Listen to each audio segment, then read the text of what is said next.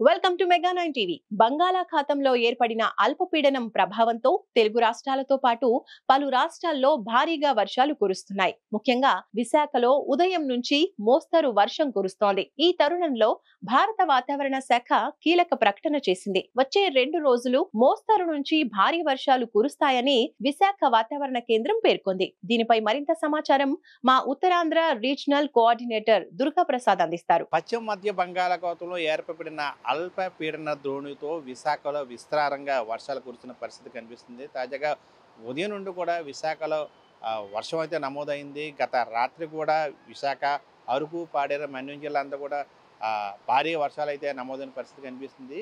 వాతావరణ శాఖ అంచనాల ప్రకారం కూడా ఈరోజు, రేపు అంటే బుధ, గురువారాల్లో కూడా విశాఖ, ఉత్తర కోస్తా అంతా కూడా భారీగా వర్షాలు నమోదయ్యే అవకాశం ఉన్నట్టు స్పష్టంగా తెలుస్తుంది. మరోవైపు హైదరాబాద్, తెలంగాణ ప్రాంతం కూడా భారీగా వర్షాలు కురుస్తున్నాయి.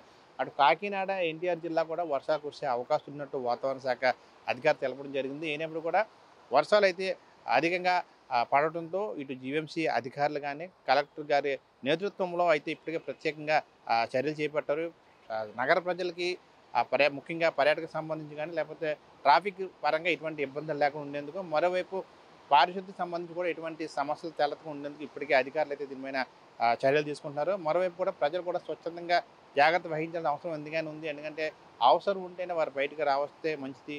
ఇటువంటి పరిస్థితుల్లో వారు సేఫ్టీ ప్లేస్లో ఉండడం మంచిదని చెప్పేసి వాతావరణ శాఖ అధికారులు తెలియజేయడం జరిగింది. మరోవైపు కూడా ఇటీవల కురిసిన వరదల వల్ల ఇప్పటికే ఏపీ అయితే అతలాకుతలమైన పరిస్థితి.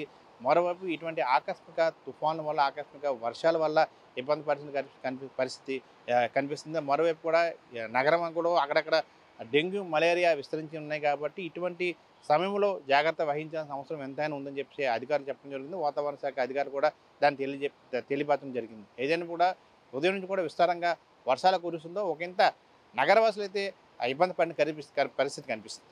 ఇది విశాఖలో ఉన్న తాజా వాతావరణ అప్డేట్. 100% వేణుతో దుర్గాప్రసాద్, మెగా 9 టీవీ, విశాఖ నుండి.